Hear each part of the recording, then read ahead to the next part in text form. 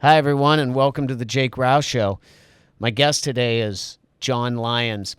When I do these introductions, I usually write it off the top of my head, but I do reference the internet to make sure my information is accurate. Usually it's LinkedIn. John Lyons was the first one that it took me first to IMBD. John Lyons is an Erie, Pennsylvania-based filmmaker. John has been a full-time employee at Edinboro PennWestUniversity since 2000, working in IT. That is his daytime cape. But outside of work, he has created or worked for the following: Lyons Den Productions, Film Society of Northwest Pennsylvania, Eerie Horror Fest, film at the Erie Art Museum, Edinboro Film Series, Movies Under the Stars, Movie Magic, Film Grain, CinemActivist Podcast, and his productions, Unearth, Lake Erie Our Kin, and many more, and been a collaborator with a number of productions throughout Northwest Pennsylvania. John's a delight, and I'm extremely excited to talk to him about his passion, and that would be movies and producing the visual arts, and the work that's been going on in our region, the state of the film industry, how we can all help.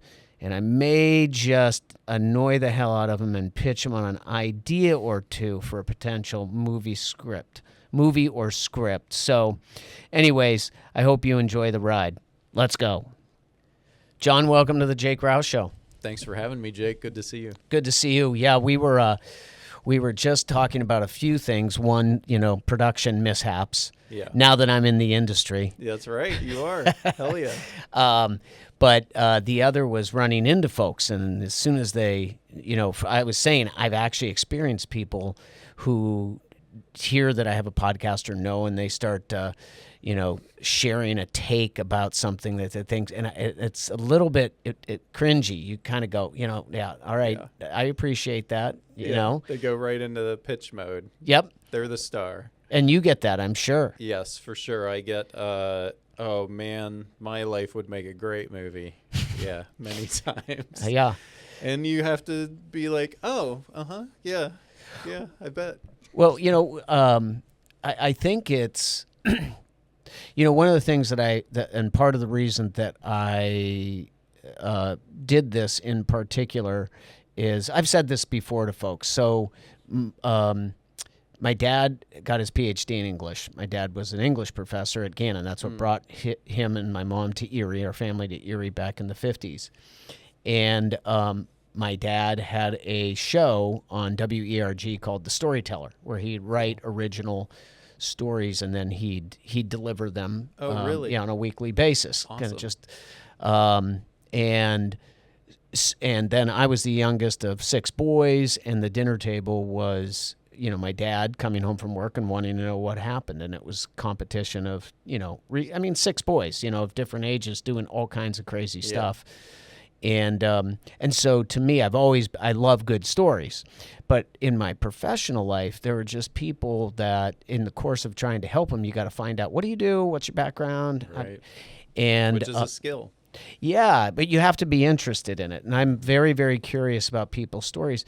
And there are a lot of people out there that when you really dig in and start talking to them, they have no idea how cool their story is. Yeah. It's usually the people like that are more interesting than the people that are going to come hard and pitch you, right? Yes. Like what you're talking to is, like you said, it's a curiosity thing. And it's also very much an empathy thing, I would say, as well. And those are 2 skills that you have, and being open to that. And, as a creative person, as a storyteller, like, things will come to you unexpectedly.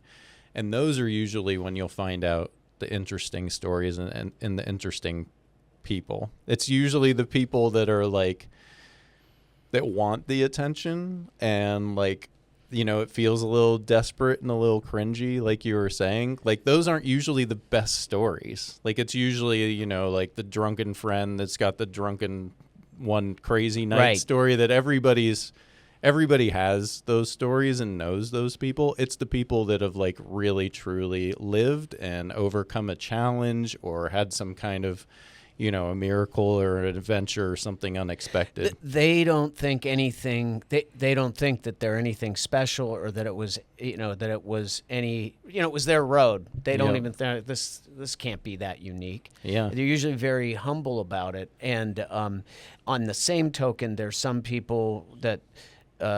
In storytelling, it's kind of like the emphasis sometimes can be on the wrong syllable. So you're telling the story, and what they're you're hearing it and going, this is actually a really good story. Yeah. But they're what I mean. They just got to switch. Yeah. The emphasis, or move some parts around, and then it would really pop. That would be the skill of the storyteller, then, like your father that you were talking about, right? Like he's writing things, he's delivering. He's kind of like the craftsman of the situation that's formulating things in the best way to build drama and suspense and things like that. Where everyone's not skilled being a storyteller, but you're right, people. And it's usually people that are very humble about it, of their beginnings, that are a lot of times places where you can find those best stories. Yeah, I did some work for a number of years when we had this Tap into Erie campaign where we were trying to get water intensive industries to come to Erie. And so anyways, my right-hand person on that project, working on doing market research and going out and talking with folks, was Mike Pistone, and we got to know each other very well. Mike's very successful in the Cincinnati area, grew up here in Erie, and so Mike got to know me, and he would, when a character would enter our frame, wherever we were, we could be at a bar, we could be at an event, we could, as we were traveling, I would look over at him, and he would just smile at me, because he knew I was going to just jump into this. This is a real life character. Yeah. Like not making fun, but more like, I've got to find out how this cat ticks. Yeah. And because he knew I loved it, and I enjoyed that. But you're our guest today, so I want to talk a little bit about you, and I do want to get into things which you love very much. I went back in time. We've known each other probably for 20 years now. Yeah, Isn't that crazy? Probably 20 years. Yeah. Yes. Wow. But let's just talk about your backstory. Were you born and raised, and kind of like, when did you tell me about that? What is your career arc? Where did you grow up? Where did you go to school? And then let's dig into kind of your professional love and decision to kind of pursue the film industry in whatever way you could, wherever you are. Yeah, so I grew up in Albion, Pennsylvania, in That's the right. fields, farms, and forests. You're Northwestern grad? Northwestern. Wildcats, go Wildcats. I grew up, in the woods. I worked in the field, was like my first job. Our neighbors had a farm, picked rocks. Is there a market for rocks, or? Well, you have to pick rocks out of the fields before planting, because otherwise you can damage the equipment. So as like a 12, 13-year-old kid, we would literally just follow a tractor with a wagon to it up and down the fields and pull the biggest rocks. And were you put getting them in paid? the back. Yeah, I think I got like I forget what my starting salary was, but it was maybe like $2.50 to start out, or $3 an hour to start. That's out. pretty good. Yeah. Marcy Honard was here the other day, and she Rock taught. picker? No, Oh, she damn. was grew up in Fairview, and she picked berries, I think, the whole summer. Yeah. And she got paid $11. She was Total? like 11, 12 years old or something. Or an hour? No. For the summer. Oh, wow. I told her, I wow. said, that one Whew. that will not be topped. I also got a great lunch every day, usually like, something along the lines of goulash or sweet corn, or like great meals. It was a great time. I love goulash. Yeah, it's fantastic. Yeah. Shout out to Mary Ann who made the awesome food every time. But yeah, it started off, humble beginnings. I played sports. My dad was a very avid outdoorsman, so It was, hunting, fishing. Although I wasn't good at hunting, I would fall asleep every time, which would really annoy my dad. Like there would be a whole line of turkeys that had just walked by, and he'd be like, "Oh man, did you see that?" And I'd be like, "What?" so I wasn't the best at that job, but playing sports like baseball and basketball and football and stuff, and with a very small group of close friends. And I would say the storytelling came along because I like to draw. I really like to draw from a very young age. And I would draw comic books and put them in my neighbors' mailboxes and then say that they owed me a subscription fee. Nice. And I would bill them for... So you didn't have access to a copier, correct? No. So you were just doing... These were originals. Yeah. It was usually like adventures of like Bert and Ernie or John and Tom comics. My friend Tom lived across the street. Then it became like Batman and things like that. That then turned into, so it was kind of like copying someone else's work. Yeah. I also collected comic books at that time. You still have them? I do. I think they're all sitting at Action Toy Man or something like that, getting priced. What? To sell. Oh, you selling them right now? They're sitting over there. I need to go back over there and see what the situation is. That's pretty wild. You're just reminding me right now. All right. Hilarious. That's a to-do. And then I also had like G.I. Joes. Okay, so I would have G.I. Joes and a red marker. And I would have these huge like wars, and the red marker would be blood, and I used a lot of red marker. And then that turned into then flip books. I enjoyed doing flip books again with a lot of red marker. And then it was a similar situation to like a lot of people in our generation is like once we got the first like family home video camera, then it started, making small shorts. I think the very first short that I can remember making was like inspired by, do you remember the movie The Three Amigos? Oh, yeah. Of course. Yeah, so it was me and my cousin Billy and my brother Mike, and I think we had my uncle film us doing like scenes from Three Amigos. And then eventually that turned into like in middle school when we were supposed to like write a paper on something. I would talk the teacher out of writing a paper and instead allow me and my friends to make like a short film about that book or That's whatever. very cool that they allowed that. Yeah, they were very cool and very patient with us. It ultimately, was a ton more work than just writing the damn paper. But I can remember, when we were reading, Macbeth, we filmed all of, Act 5 of Macbeth, I can remember, and things like that. Are your friends, do you still connected to them? Yeah, some of them. Yeah, for sure. Yeah, definitely. Yeah, it was a good time. So this is all pre-high school.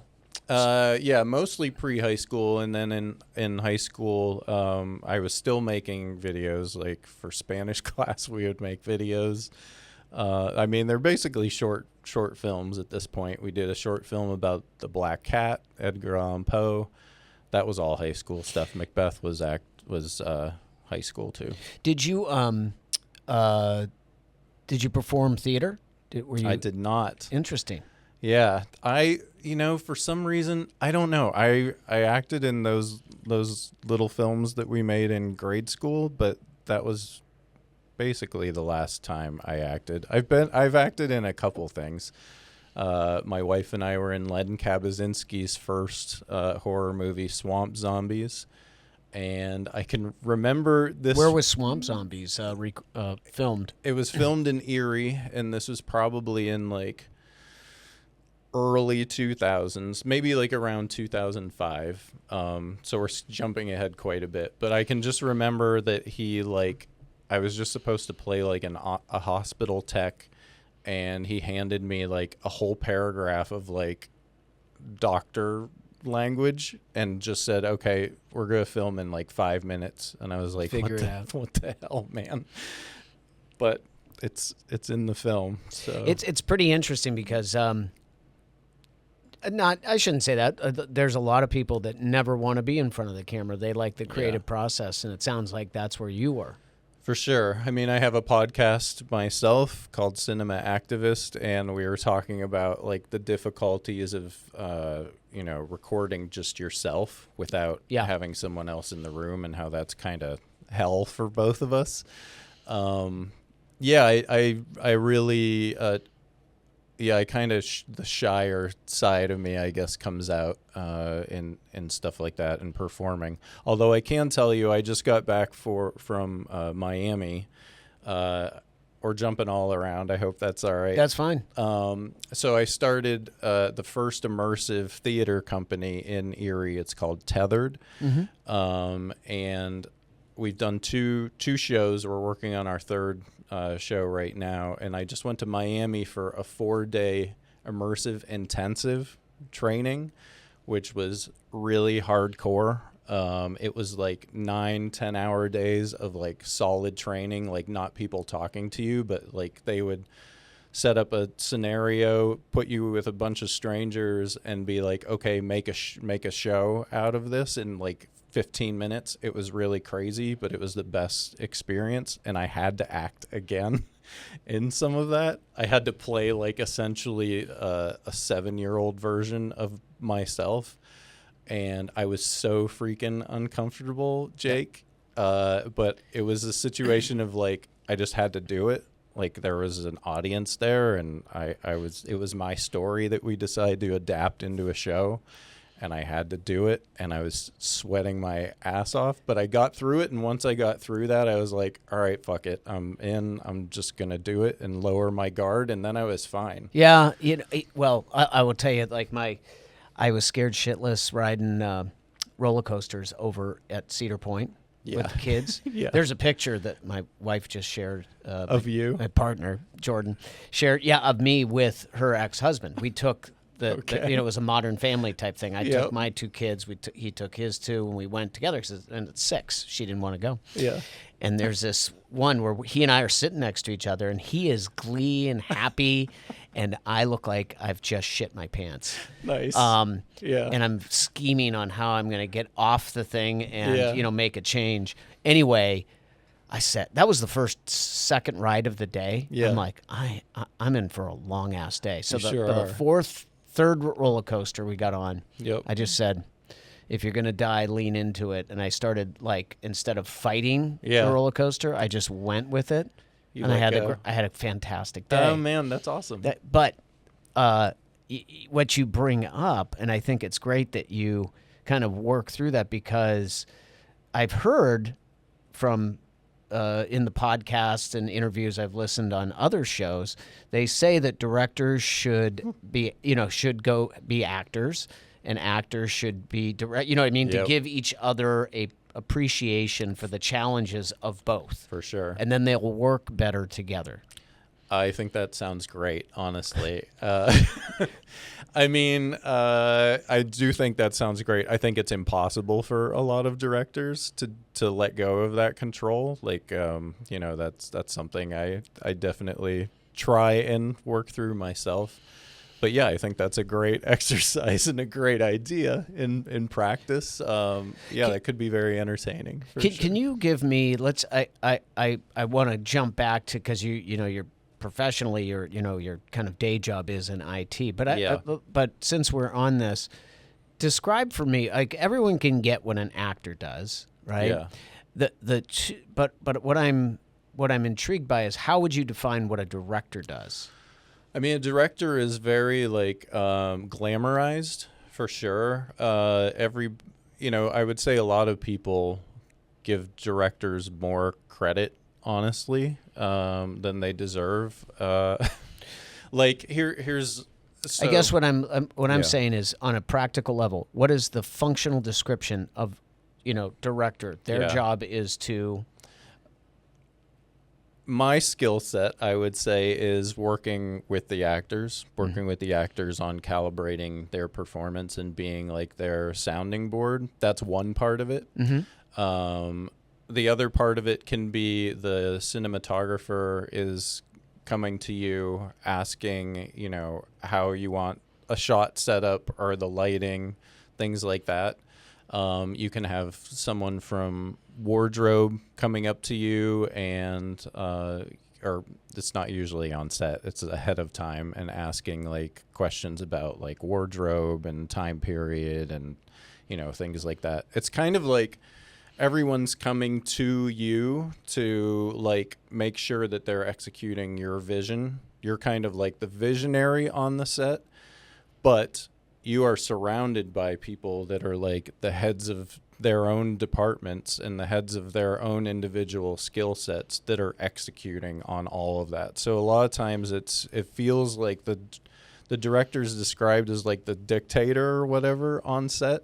But honestly, if you get everything taken care of in prep and you're well prepared, just like many things in business, right? As much time as you can spend in prep, better. Because then when you all show up on set, you're on the same page, just like if you're going to build a building or launch a new app or, you know, anything. So it's like if you do everything in prep that you should and get everybody on the same page, they're really just coming to you to check in on stuff. But really, it's the whole team that's executing, and the director is, you know, making sure that everything's getting captured and performed the way that you want, and just focusing on like kind of the top level stuff and then digging down on the performance, and everyone else is actually doing all the work, to be honest. I think there's some humility in how you're describing that. Sure. Because Maybe. I think someone comes to you with a script, or you have written a script. Yeah. But let's just say that someone comes to you with a script, and or there's a script out there, and it's a screenplay. You know, it's a screenplay, and people saying, "We'd like to turn this in the movie. We'd like you to be the director." You're going to read that. You're going to have a visual in your head of what it should look like, and you might consult some folks, but then you're going to assemble your team. Yep. And you're going to relay to them, here's how I'm seeing this movie move forward. Yep. And once you've kind of set the stage of this is the vibe I'm looking for, this is how it's going forward, then each person is given the freedom to say, I understand your vision. Now this is how I'm going to help you get there. Yeah. And I get that, but you're setting that. You as the director are, because you need to have someone, otherwise For sure. the cinematographer can go in one direction and the costume person could go in another. And that can be bad. Yeah. So Yeah. I just think you're You being a have bit to- humble because Sure. And, you know, so far, every film that we've made has been a script that I've either written or co-written. So there's that level of, you know, when you're in independent filmmaking, I haven't been hired to make I've been hired to make a documentary or two for like PBS.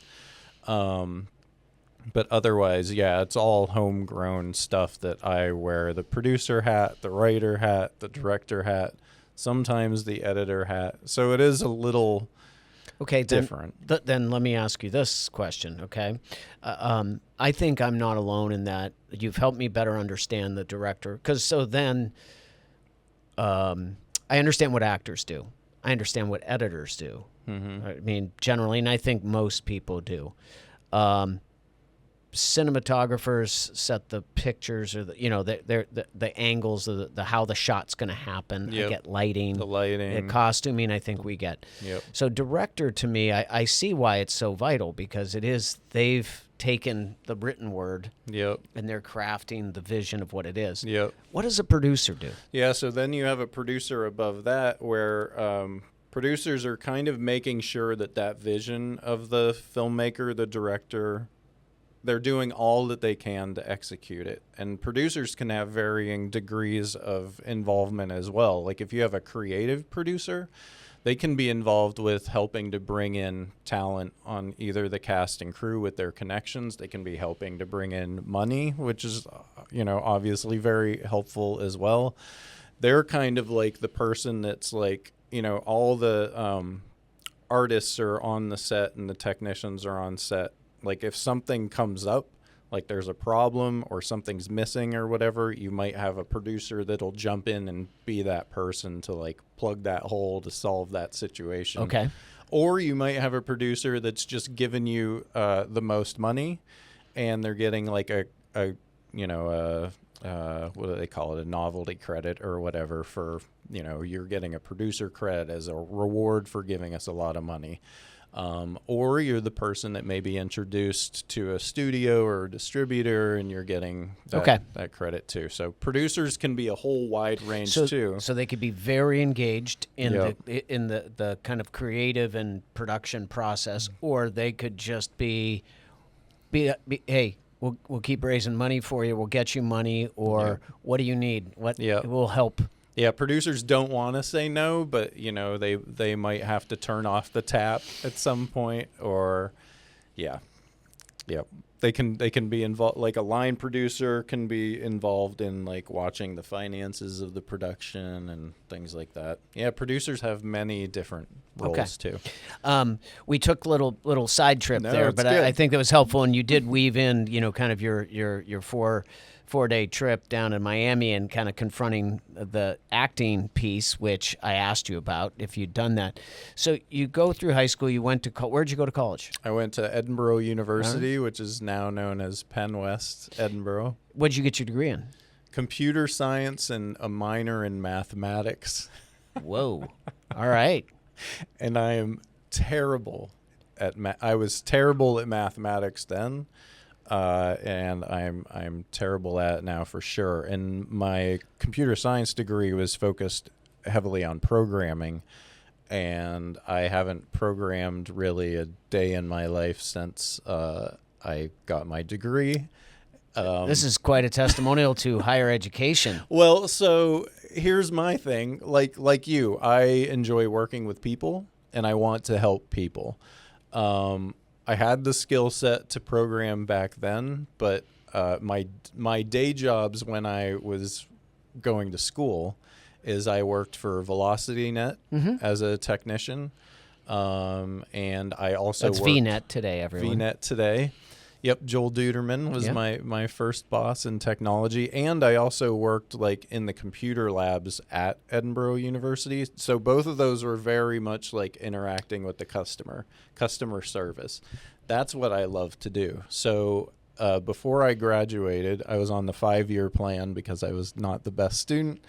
A position opened in the IT department at Edinboro University, and I applied for it, and I got hired before I completed my degree, and that was as a technician. So it was like repairing back then printers, computers, scanners, and then helping people with like their software issues and stuff, and that's the way that I've went. That's with amazing. my IT. So you've been there since. Yeah, my 25th anniversary was last year. That is super cool. Yeah. And so that's so huge for a creative, if you don't mind me calling you a creative. Yes, please. But for a creative to have that stability, you have a job, you have benefits, you enjoy the job, it allows you to interact, and there's a lot of creatives at Edinboro. Yeah. And so what an ideal setup. But we talked before we came on air that based on just me reading a handful of things that you're involved in, some people have side gigs with DoorDash or Uber. You have side gigs that you created on your own, and they clearly the through line is film related and basically passion projects that you're really interested in. Yeah. And so what was the first one that you kind of came out of? Was it Lyons Den Productions? Because that's when I think I first got to know you was when you were doing that. So my wife, Dorota Schwientz, and I started Lyons Den Productions in 2004. And that was, so she came from the design, photography, fashion, like art world. And I was on the film side and the tech side, and at that point in time there was an overlap with being, instead of editing as physically cutting film, it was editing on the computer was coming up at that point. So I kind of started getting back into the filmmaking side because the technology side computers were basically, our cameras were turning into computers, and we were editing on computers as well. So that was a good entry point for me. And then Dorota was like, well, why don't we start like a film and design company? And that's when we started Lyons Den Productions, which was very much, so back then she did like a lot of web design and things like that. Now she's like doing stuff for, like, there's this cosmetic company, Elemis, that she basically runs all of their like email ads and social ads and product labels and, you know, end caps and all that kind of design for like big cosmetic companies. But we still then have the side of it that's all the film production stuff. And then we've started CinemActivist, which is another LLC just recently, that now is kind of like my own side projects, which is where Tethered lives. That's the immersive theater company. And like when I do like films on my own, like I collaborate with like Seish Dance Collective, which is an awesome dance company in Erie. We do short dance films and things like that. The documentaries and things, those are now under CinemActivist. And then when we do like a big feature film, you know, those are their own LLCs, but we put those under the Lyons Den Productions umbrella as well. It's a lot of stuff. You Jake. have a lot going on. Yeah, I was just going to say, because your movies become their own LLC. Yep. And there's so much to the game. How I'm going to bounce around on you because because your world's so different than mine, and I think a lot of the people that would be listening. But we both spin plates. Yes, that's right. We both love spinning plates. We love spinning plates of in different ways for people, and we love the interaction with folks. You got to have money to make movies. Yeah. How much of a pain in the ass is it to raise money for a movie? Yeah, raising money is that's the big hurdle, really. And I've kind of, maybe to my own, I don't know if it's a fault thing, but kind of you get into this trap of, you know, we would make short films, and then we started getting into like crowdfunding, which is like Kickstarter, Indiegogo, things like that. I'm sure probably most of your listeners know what crowdfunding is at this point in time, but it's a way for, let's say, creatives that want to make something that's a little beyond their means to tap into friends and family and anyone out there on the internet that might like their idea, right? And you're able to contribute to that project. You get rewards. Maybe it's early access, or if it's a book, you get a copy of the book or app or product or whatever it is. So then we started getting into, okay, we're going to make so our first feature film was Schism. We shot that in like 2005, 2006. That was a film about a man with Alzheimer's, and it was told from his perspective. And that one was self-funded. So that was my Edinboro job. And the budget went to like beer and pizza money for the cast, and then buying like my initial film equipment and things like that to make that film. And then we self-released that one. It made some festivals in New York and LA. That was cool. But then the second one was There Are No Goodbyes. And that was in like 2010. As maybe. people are listening, is there any way they can find these? Yeah, Schism you can now watch for free if you go to the Lyons Den Productions. Just search YouTube for Lyons Den Productions, Lyons with a Y, and you can find Schism. some of these films that I'll be talking about. Okay. Yeah. So Schism's out there for free. There Are No Goodbyes, which was our second feature film, is out there for free as well. That one we did Indiegogo, and it was like, okay, we need a little more money for this one. How much to raise?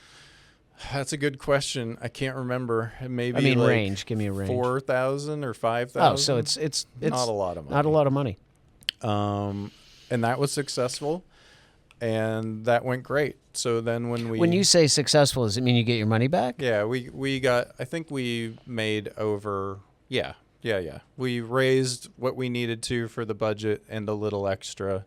And that film played some more festivals around the world. That was cool. It also didn't get distribution, so we released that one ourselves. Okay, then we get to Unearth, which was our third feature film. And this one we were like, okay, let's ask for more. I think we asked for like $15,000 for that one. And we were like, okay, let's see if we can, increase the budget by quite a bit. That one was 150% raised. And then we started thinking like, okay, maybe we can do a little more money than this, and maybe we can hire professional actors, like SAG actors in the actors union, some crew that are like, very well respected and experienced, keep growing, right? So what we did is we used that $22,500 from Kickstarter, and we shot a 6-minute proof of concept, which then, this is the first one that I decided to go out to individual private investors and ask them for money. So coming back around to your first question, right? Then you get into the situation where we're at now, where yes, Unearth was successfully funded. Our budget for that was $300,000. And that one I went around for 2 years, and I would have individual pitches. And over those 2 years, I pitched 200 people.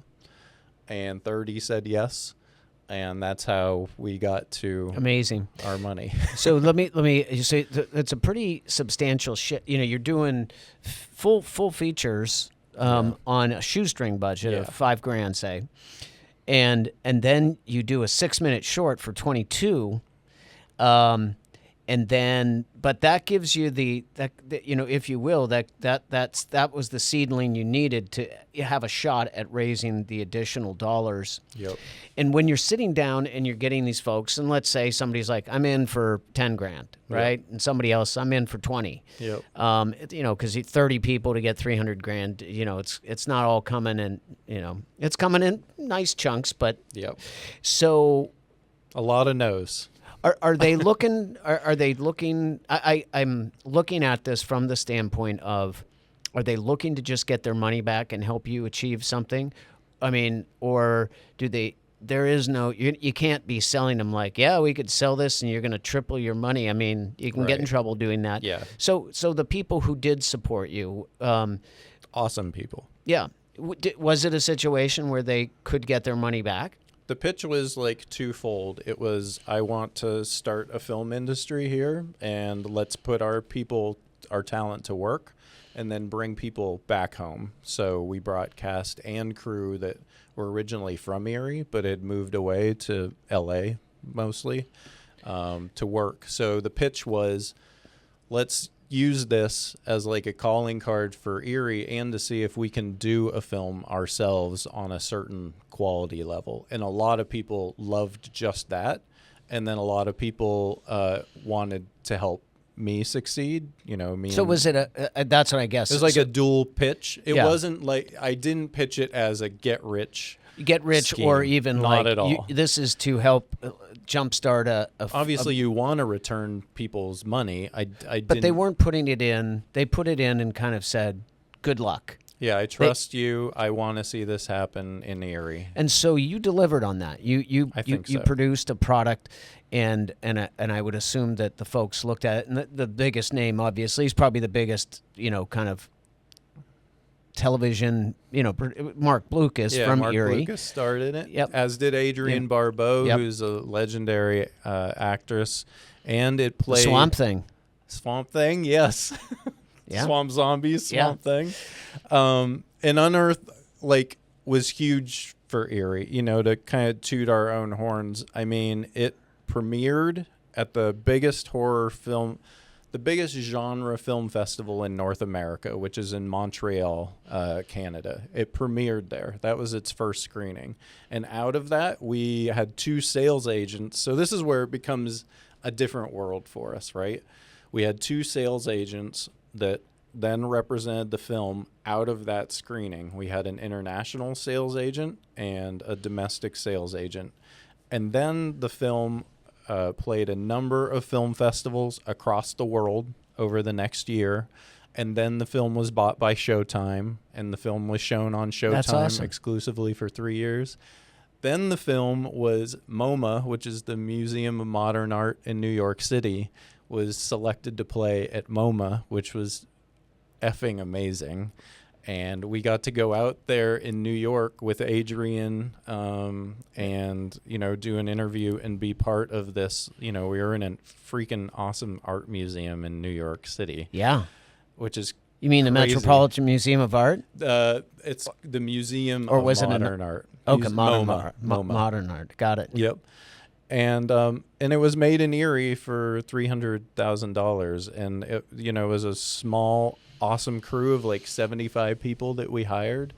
And I think, Erie should be proud of the talent here, and should be proud of what we accomplished, and obviously want to do it again as many times as we possibly can. But So let's that talk. was awesome. Yeah, first of all, congratulations. Thanks, man. That is super, super cool. I mean, you do things. I think a lot of people do things because they just love it so much, right? So if they can, but and it's not even about the commercial success, it's about the recognition. It's about kind of, you climbed up and did something that was in the big leagues. Showtime bought it and played it on their platform. That's pretty incredible.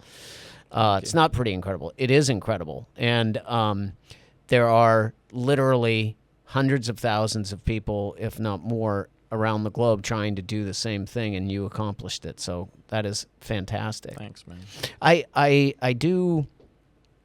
We have to always be honest and real about our area because we love it, but you got to say, why can't we get more here? Right. So, and I think that's always the negative, right? Like, instead of always asking the question as a past guest on this show, instead of why Erie, when we ask people, it's like, why, like Jeremy Renner's here shooting a scene for, is it, it's not, I always get Lord Kingstown. Mayor of Kingstown. Yeah. And so they shot some scenes up here.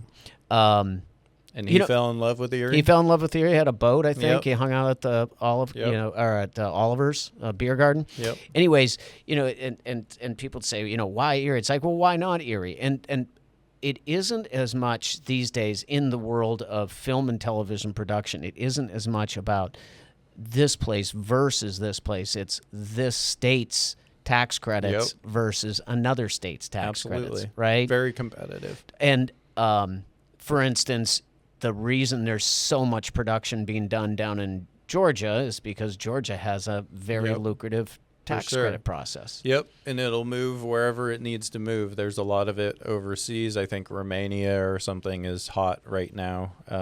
Vancouver is hot also, continues to be. I mean, Pennsylvania still has a really good tax credit program for film.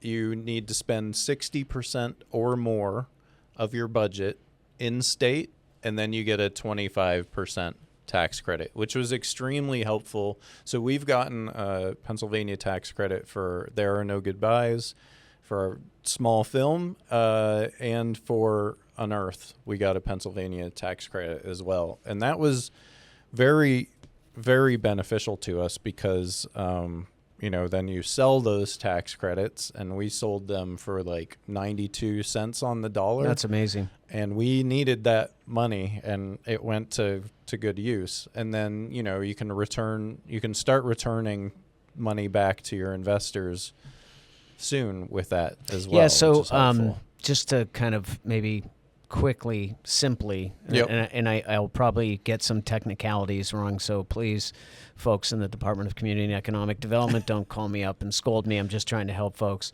But when a tax credit's involved, a organization applies for it. In Pennsylvania, there's neighborhood assistance tax credits, right? Nonprofits would apply. So they apply, and the state will award the tax credits to this nonprofit organization. The nonprofit then can take the tax credit, and since it doesn't pay taxes, it can go to the market to a big dog that has a big tax bill. Locally, it could be Erie Insurance, or it could be PNC Bank, or it could be, Great Lakes Insurance. But somebody who has a tax bill who says, "I'll tell you what, we'll buy those from you." Yep. And you get, and let's use big numbers, but let's say you have a $100,000 tax credit that's been provided. Somebody will say, "I'll buy it from you Yep. for $90,000." Yep. Right? So Yep. they get the tax credit. They're getting it at a discount, but you're getting the cash. Yep. Which is awesome. That's right. And that is how that works. And so this is not a matter of this might happen. It is fact that the industry will shift their productions based upon the volume of dollars available through these tax credits around the country. So if Pennsylvania, we have a governor in office who says, we're going to become the place where productions happen, and takes the tax credit budget up 10, 15x from what it is now, there will immediately be huge a big move for people to bring those productions here. And frankly, it's what's devastating the California market because it's very high and all these other competitors are out there. Yep. The cost of production there is so expensive. Like Pennsylvania, it's very affordable to film here. If we would have filmed, so Unearth, is $300,000. If we had people that said it looked like a $5 million movie. If we made it in California, it would have been like $1 million budget, like easy. Yeah. And, the economic impact, people don't think it's not, like you said, it's not just the star's salaries and the director's salary. Like everyone that you're bringing into northwestern Pennsylvania needs to stay at a hotel. They need to eat meals every day. They need transportation every day. You need to build sets. You need to have electricians. It's really like the most inclusive industry. You need everyone. You have like a small village, really, that's here for a month or two or 6 months if you're in Pittsburgh doing the mayor of Kingstown. Like it is a huge economic boost to bring productions into the city. So yes, I wish there were a lot more people. That I think that sometimes the barrier with filmmakers, like it was for me, it was like, I'm not big enough to apply for a tax credit. But the second film that we made, There Are No Goodbyes, maybe it had like a $8,000 budget. We applied for a tax credit for that, and getting 25% of that back was like, that's great. Holy shit. It's manna from heaven. Yeah. But I think like, because it's like a 20 or 30 page form, and maybe a lot of filmmakers aren't as business savvy and they are not creating LLCs for themselves and having that protection and doing all those things. I think it's like an education thing. I wish every filmmaker that was making a film in Erie was, taking that step of, and hopefully some of them are listening to this, taking that step of, believing in yourself to like, I don't want to say get serious, but like start a business, start an LLC, make your film, apply for a tax credit, give yourself permission to think bigger and take yourself and take the region to the next level. For anyone who's interested in doing that, you have someone in yourself and your wife and others who will help along the way. Sure. I think that's one of the things that I found that I've always been intrigued by and I guess heartened by is that the creative community is deeply supportive of one another. I'm sure there's examples of people that are not. Yeah. But in general, it isn't a limited pie, right? It sure is. It's not to any of our benefits to silo ourselves. Like, I love that you brought this up because I do have a little quibble. Like when we started Tethered, I found out that the dance communities are siloed and they have their cliques, and the theater communities can be siloed and have their cliques, and filmmakers are the same way. Like we can fall into that trap of like, I am the director, I am the auteur, like everything comes through me. I have to do everything myself.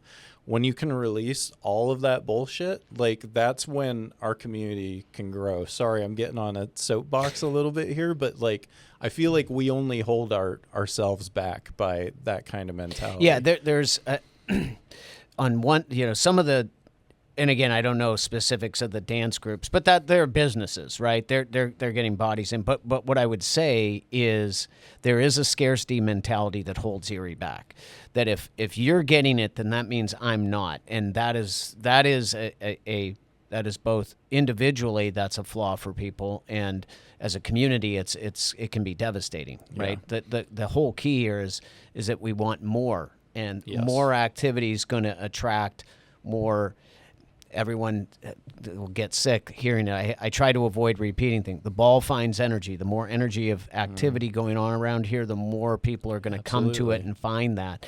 And so to me, there is no greater time to be able to self-educate yourself about the things you don't know. You want to do something, like, how do I go about doing this? I mean, we have these tools today. Yep. These nascent tools that are rapidly developing in the form of AI that you can ask questions at 3 a.m. about how do I go about doing this, and it'll give you a step-by-step instruction about how to move forward. And so the concept or the idea can escape from rummaging around in your head to getting out onto paper, and then from paper to a connection that leads to the next step. Yeah, that's a good point. I mean, it's wherever you need to get kind of that validation and feel like you have that support. I mean, there's, if I just think about myself, I really needed Dorota. I really needed my wife to kind of give me that push, for us to start Lyons Den Productions. Because up until that point, it was just like dicking around with my friends with a camera and just shooting films on weekends and stuff like that. But at some point, it's kind of like, well, this is what you love doing. Like, why don't we start a company and, put some of our resources and time into it and like really give it a go? And it's kind of like, some people are fine with like, it's their hobby and it's like a fun thing to do every once in a while and no big deal. And I have no, disrespect for people like that. Like when you have a creative spark, when you want to do something, you want to paint or you want to write a book or whatever, and that doesn't need to be a career. It's just a thing that you do when you need that release or whatever. That's cool. But if you're like at the point of, if some of us need like a push, like I needed a little push, and I needed to not have the feeling of like, well, I'm in Erie and I don't want to move to Los Angeles, so I can't really do this seriously, right? I had to like get over that myself. You can fucking do it here, right? Not only that, but more than ever. Now more than ever. There's you really no excuse. It's really your own worst enemy kind of a situation. And my other things that I do, like now I'm at the 1020 Collective doing a film series, like a weekly film series there. And Sarah and Rick have been awesome partners, and we've started doing more and more like screenings and community events and stuff like that to really like start building that support network. So the third Wednesday or second Wednesday of every month now, we have something that's called Open Screen, which is like an open mic. Filmmakers can come in. Maybe they have like a rough cut of a short that they're working on, or maybe it's a scene from a feature, or maybe it's a finished work, and they can come in and show it to like the open general public or an audience of their peers and get feedback right then and there. So it's like doing things like that. We have a screenwriting group too, thank you, which is the third Thursday. We have the Erie Screenwriters, and it's the same thing. It's like we all upload our work to a Google Drive. We all are sitting around with our laptops, and we read each other's work aloud and give feedback. It's like, I feel like we have the talent, right? We have the talent here. It's just like helping each other like get to the next steps, and that's what we're really trying to do. That's super cool.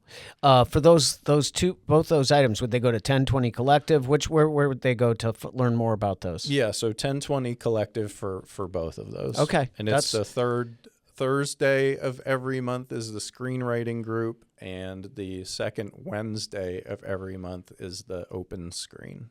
Okay. Sounds good. Yeah. I really like that idea because the kind of like the acting of a scene, or kind of getting up in front of a group. Yeah. Because are you familiar with Kill Tony? Tell me about Kill Tony. Kill Tony's just Tony Hinchcliffe has a program where there's other. It's basically you get up and do 2 minutes of comedy, and there's a panel there. Two or three, comedians, and you can get roasted, but that's what I was going to say. Is it roasting? But through that process, there's been people who've gone up and done their 2 minutes. Yeah. And there's comedians in the audience, and there's a comedian panel there, and they've had successes, where people get the affirmation, or it's like, well, you're going to go in front of one of the roughest audiences you'll ever go in front of, and if you can survive it, it might just light you on fire to go next. Yeah, you start building up that. That's right. Yep. That you kind of plow through that resistance that your body is, and you become more comfortable doing it, and I think through that you become more comfortable. You get better at what there's no shortcut repetitions, or whether it's a podcast or it's acting or it's directing. The more reps you get, the better you're going to get. You're not going to be perfect every time. I've got a bunch of stuff that I want to hit on. Okay, let's do it. So we're gonna. Is this the speed round? Well, yeah, it's my speed round, and you're a different beast. I have a whole different set of questions for you, but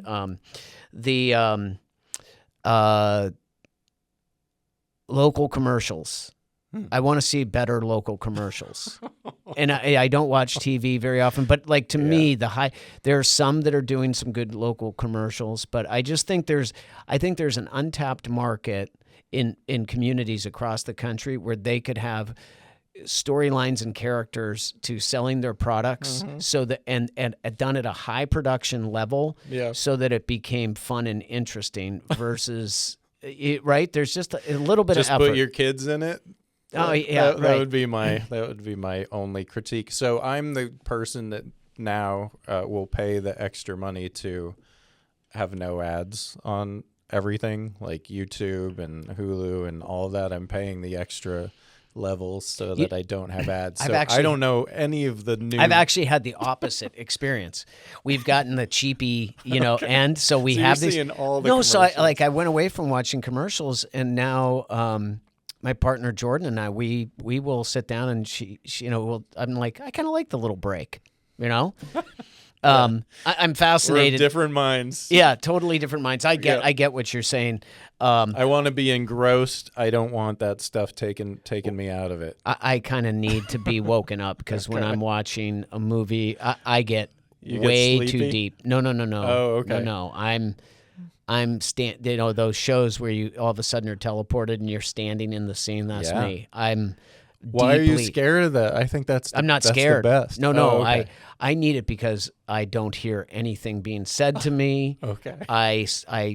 I'm like a dog barking I start yelling at the television or at characters. I get. You're my favorite audience. Yeah, which to me is the power. This is to me the power of great acting. I always said is, let's use this simple one in Gladiator. Or no, I'll use a better one. Schindler's List, Ray Fiennes' character. I know that, judge me all you want, everyone who's listening to this. I wanted him murdered. I don't want people murdered on a daily basis.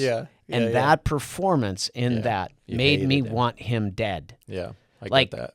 That is powerful, right? For sure. So that's why I just am such a fan of and this is my next question. Talk to me about your feelings relative to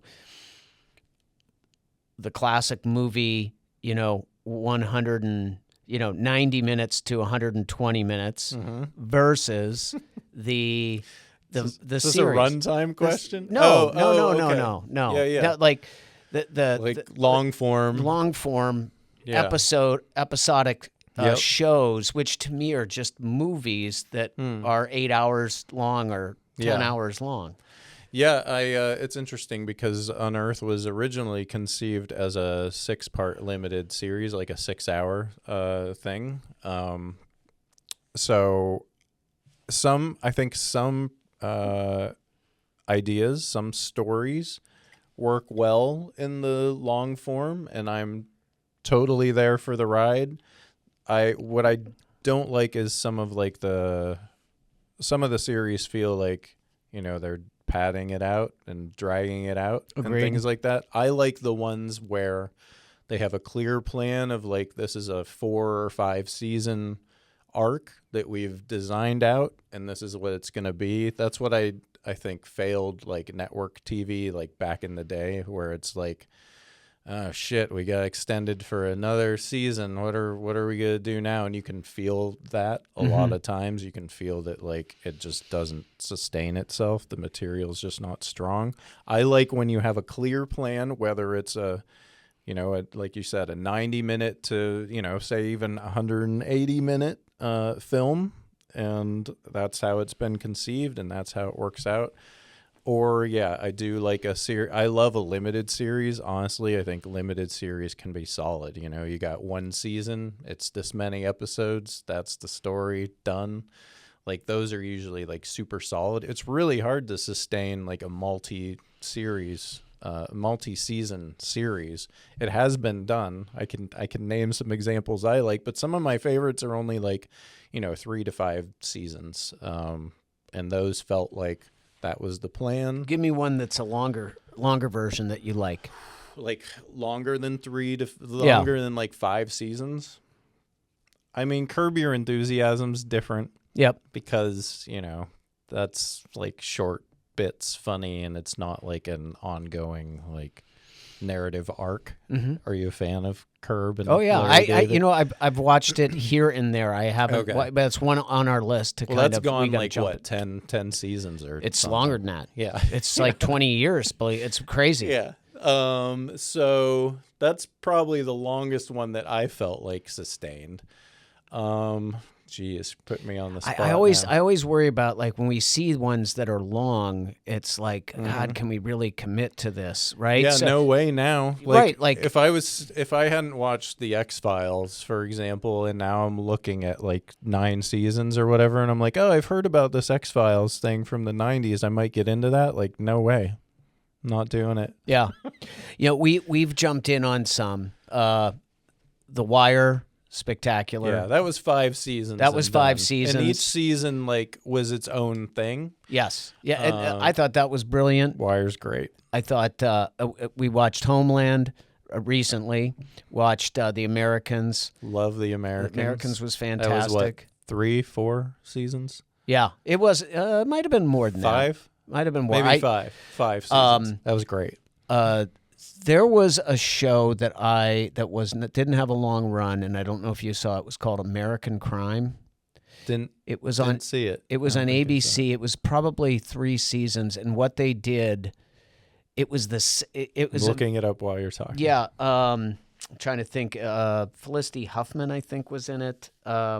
Anyways, what I thought was brilliant about it was each season they profiled a different crime. Okay. And what they did is they showed you the crime from every perspective touching the crime. That's cool. The victim, the perpetrator, the people affiliated, the law enforcement people, and all of to show you kind of the complexity of the web of the. It's like a Wire vibe or like a Shield kind of. It was.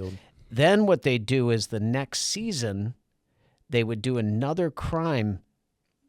But all of the actors were in a new story, new character names, new roles. Okay. Yeah. And one of the best kind of spins that they did is they had one where there was a sexual assault at a party. Okay. But it was a boy on a boy. Okay. And it was a white boy or an accused sexual assault or something, and the other one was an African American black athlete boy from so they threw everything at it. The black athlete was from a privileged family. The boy that he had a sexual relationship was not. It was kind of under the So you're veil. playing with class dynamics and all kinds of fun things. Yeah. Okay. Well, I'm gonna add this to my list. Okay. All right. I'm always keeping lists. All right. Let's I'm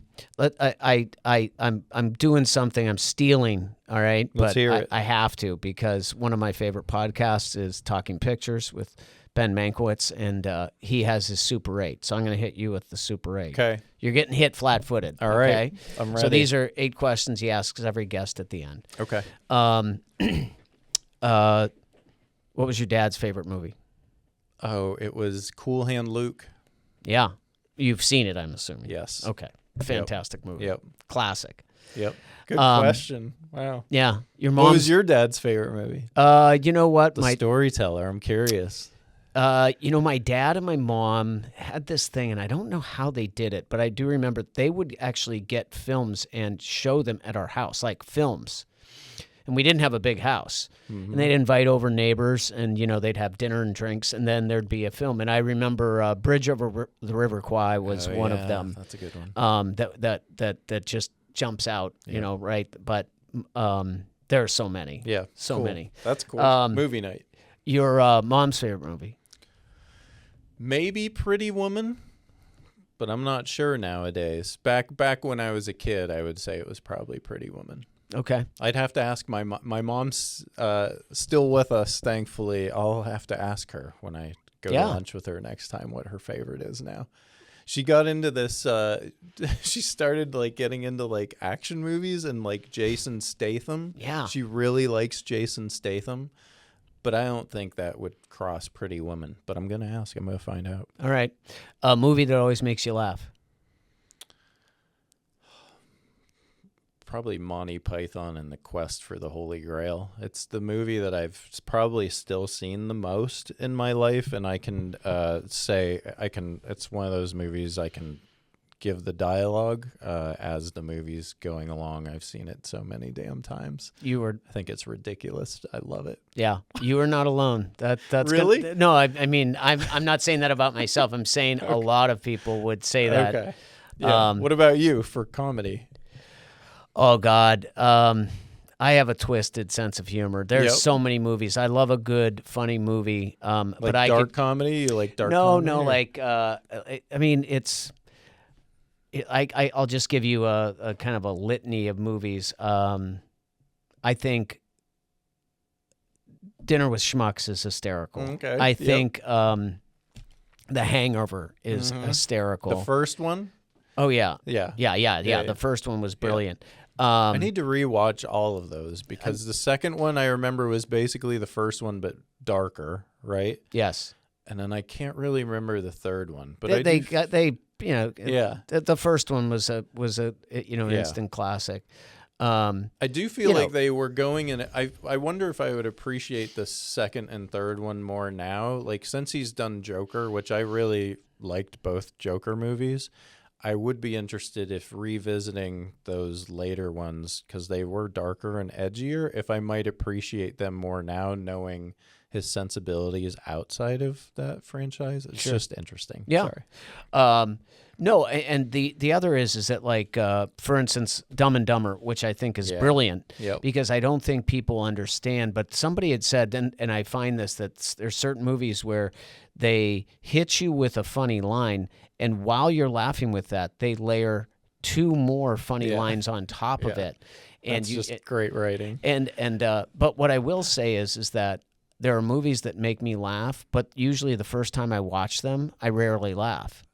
Right? It hits me later. I might laugh out loud 1 or 2 times. It's like peanut butter on the brain kind of thing. It's still in there. Yeah. Yeah.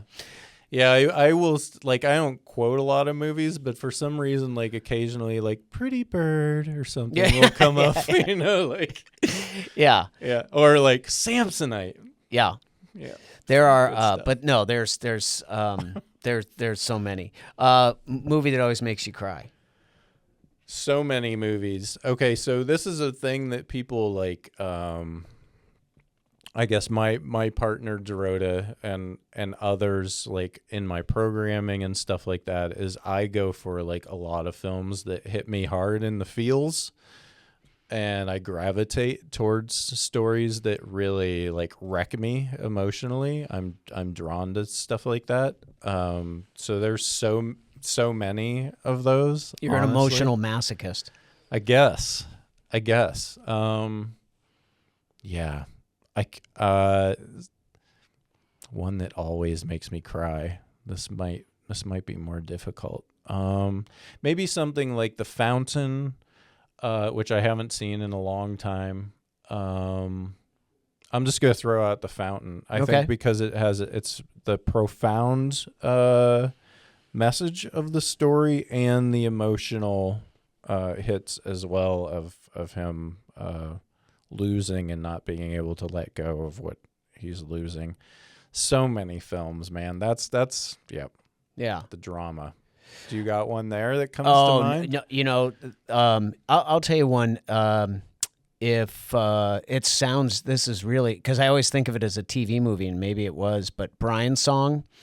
At the very end of Brian's Song, this is the Gale Sayers story and Brian Piccolo.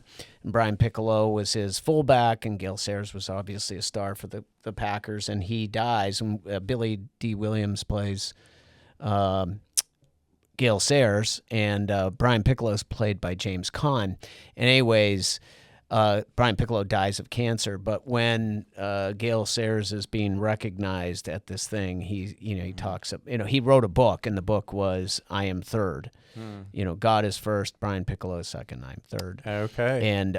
And he gives this, Piccolo's not dead, he's in the hospital, and he gets an award for like being the MVP in the NFL, and he asks everyone to, when you go to bed tonight, I want you to get down on one knee and say, it was just, yeah, awesome. Yeah, but it was also I haven't seen this film. age of me, as a kid. I'm gonna add that one to the list too. Thanks. So let's see here. A lot of times for me, films it's not like a thing of like crying for sadness. Like sometimes films can have such an effect of like awe and like, like it's not like an existential thing. I don't know. I'm kind of like you where I get so involved in the stuff that I watch. Like I'm really invested in it fully emotionally that a lot of times, it's like an awe or it's like a feeling of like, something that I'm learning something, it's educating me in some ways. Sometimes I can tear up just because I like really appreciate like the art or the effect that something's having on me. Not necessarily I want to be sad and cry. No, but it's the totality of the experience is hitting you in a particular way. Yeah. I mean, can be tears of joy. Sure. And, I've cried at. I'll tear up at commercials. It doesn't. I mean, or laughing. Yeah. You can cry laughing. Yeah. Right. Like I will tell you one of the most memorable crying experiences I've ever experienced was my daughter. I remember the first time she ever cried at a movie, and we were sitting on the couch, and she was probably 4 years old, or it was very young, 4 or 5 years old. I don't think it was 3. It was probably 4 or 5 years old. And we were watching Bambi. Oh, yeah. And she knew that she completely understood that Bambi's mom had been killed. Yeah. And I look over and there's these tears coming down on her cheek. Yeah. She didn't say anything, It was very sweet. Okay, we got to keep going here. Sorry. I was going to say that and Old Yeller were probably early ones that got me, I would say for sure as a child. Yeah. I've never seen Old Yeller. Whew, rough. Okay, we got a few more here. These are...